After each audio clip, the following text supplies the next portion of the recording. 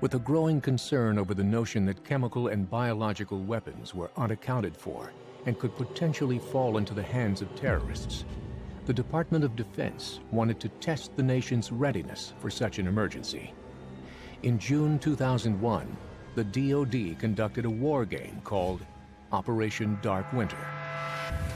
Dark Winter was a major exercise that was done prior to 9/11, earlier in 2001, to look at the effects of a biological terror event.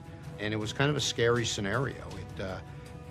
We would lose a lot of people if a really effective bioterror event occurred.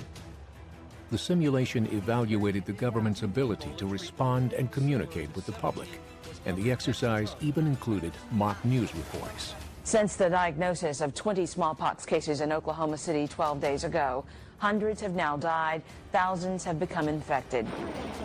We had to, think about things like, quarantines and martial law, and things like that.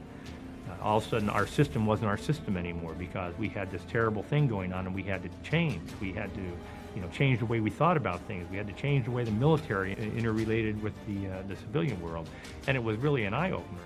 And the conclusion were tens of millions of deaths, no commerce between states, no airplane flying for 6 months, and war between Oklahoma and Texas.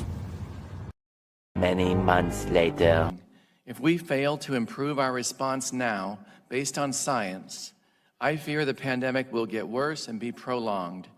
There will be likely a resurgence of COVID-19 this fall.